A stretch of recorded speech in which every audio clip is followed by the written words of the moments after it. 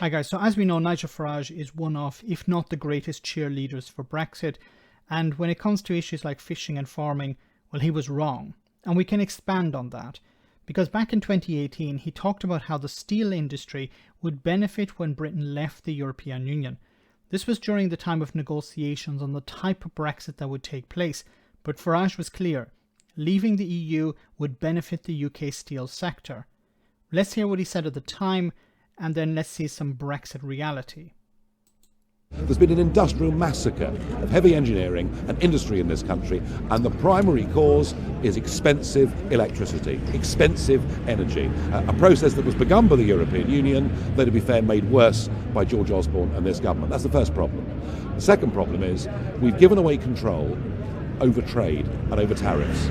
We don't make those decisions, and what the Chinese have been doing is dumping steel to get foreign exchange in a way that is completely unfair and outside the normal rules of the game. A British government would have put a stop to it months ago, but we have to beg for the EU to ask them to help us. And thirdly, we have real problems with European procurement rules, which means we can't actually guarantee that British steel will be used to build warships or railway lines or anything else, and very often we get outdone by German or French competition. So there are lots of things here in which we could have helped the steel industry, but please, let's not forget all those factories and all those jobs that have been lost in the last 10 years because of bad policy and a British government that frankly is impotent to act. We've given away control of our lives to the European Union. Now, is Nigel Farage advocating for protectionism here? But anyway, let's get to the Brexit reality. This is from the 29th of December 2021. UK steel industry braces for slump in trade as US reduces tariffs on EU. So it says here the UK steel industry is braced for an immediate slump in trade from New Year's Day, when European Union rivals will gain a 25% price advantage selling to the giant US market.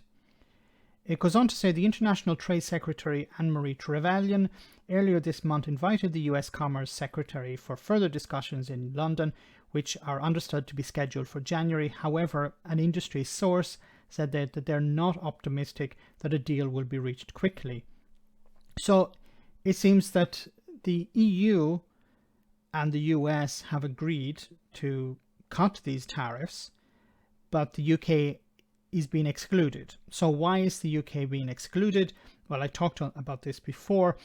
We have here the UK negotiated the so-called Northern Ireland Protocol barely a year ago as part of the Brexit trade deal with the EU, but it has repeatedly said that it may unilaterally break it off. President Joe Biden has warned Boris Johnson against threatening peace on the island of Ireland. This was dismissed by the junior international trade minister, but it seems to be the case.